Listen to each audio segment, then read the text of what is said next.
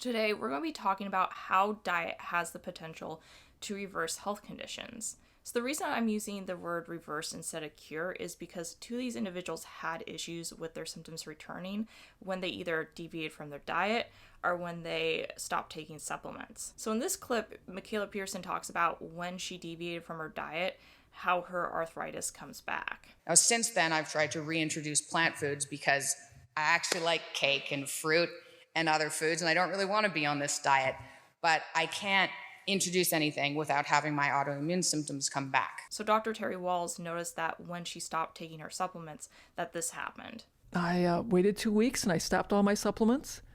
And again, I became exhausted, couldn't really function.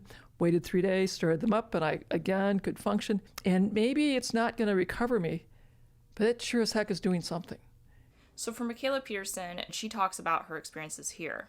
I was diagnosed with juvenile rheumatoid arthritis when I was 7, with symptoms starting when I was 2.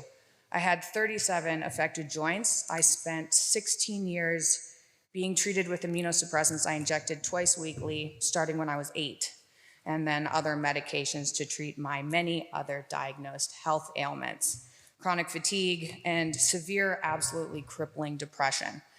I lost my hip and my ankle to arthritis and had them replaced when I was 17. When I was 23, my skin had started to break down from rashes, and those stopped healing.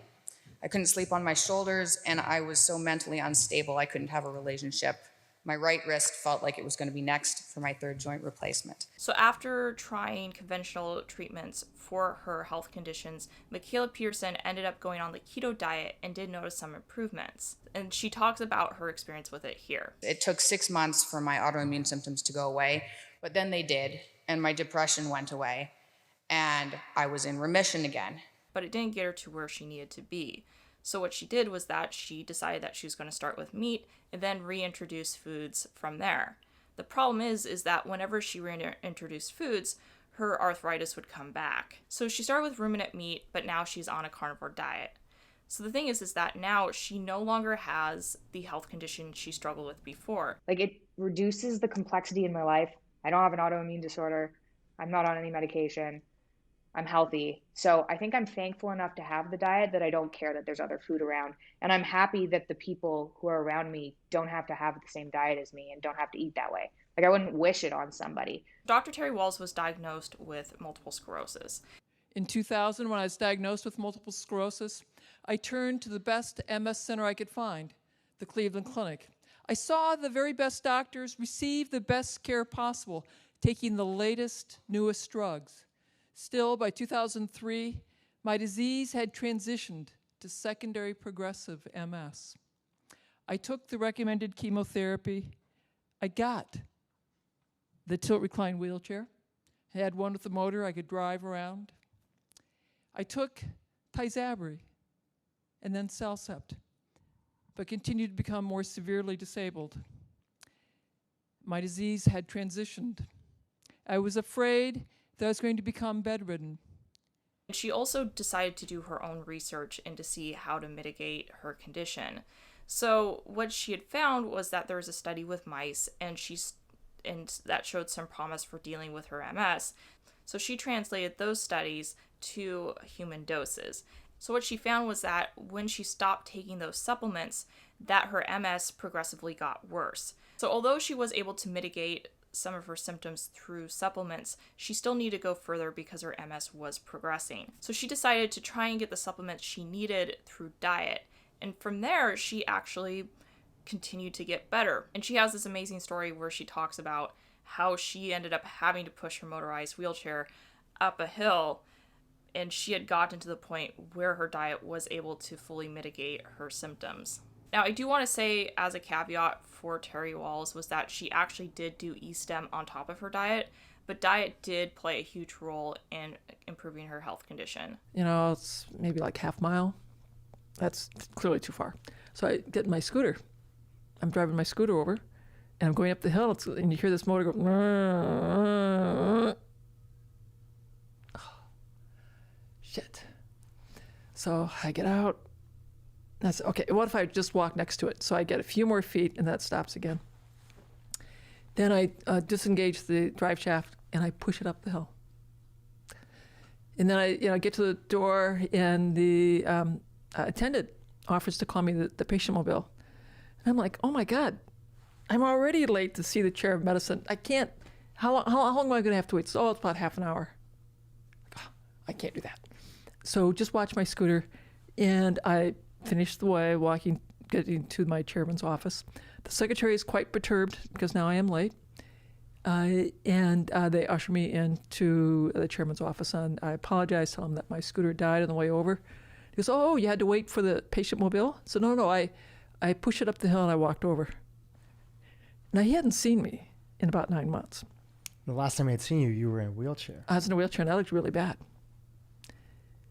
So I explained to him. He said, oh, so you must be taking Tysabri. I said, well, no, actually, I'm not.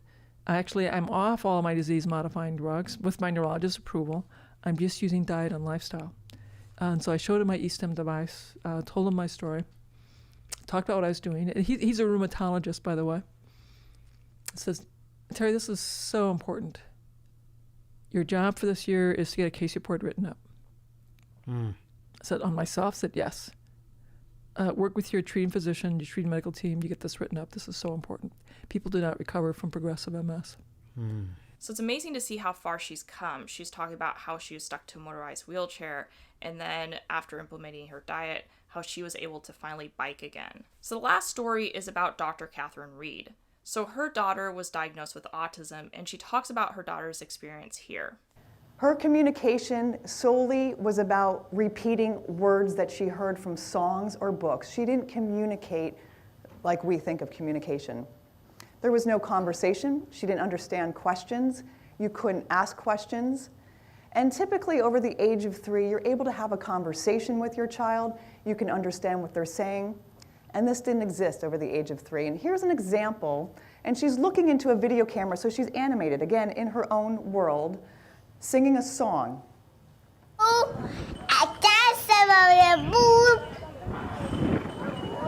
Please, all the way. So clearly hard to understand. She's at a park. She has no interest in playing with other children. Her sensory perception distortions were so high that the world was constantly overstimulating all of her senses. Too much light was shielded, too much sound. Textures on her skin or her tongue seemed painful. So Dr. Katherine Reid does talk about how she did a couple different steps in order to reverse her daughter's autism. She went through supplements, she went through gluten casein, and then from there, she took out MSG from her daughter's diet. So it's amazing to see how far her daughter's come. Her daughter does not need to be in a special needs class and is able to engage with her mother as seen in this clip. Can you tell me who your favorite friends are? My favorite friends are Elizabeth and Keone, and we like to play monsters with the boys. Oh, how do you play monsters? Well, the boys have to taste us and act like monsters, and then we have to run away. Oh, so are you guys ever monsters chasing the boys, or is it always the boys chasing the girls? Always the boys chasing the girls. So with Dole3 diets, there's little to no supplementation. So with Dr. Terry Wahls, she talks about with vegans and vegetarians how they should be supplementing with B12 supplements and making sure they get their protein. With the Reid program, she talks about how with exceptions to certain individuals, how really that people should be getting their supplementation through food. And Mikhaila Peterson talks about her supplementation here. I don't supplement with anything other than like salt and some potassium electrolytes. So these diets aren't going to work for everyone. Dr. Katherine Reid talks about how she doesn't recommend consuming animal meat as much in her diet because she argues that it produces toxins. This is very different from Mikhaila Peterson, who all she can eat is meat, and her body seems to respond very well to that. So I just want to say thank you for watching, and I look forward to seeing you in the next episode. All right, bye.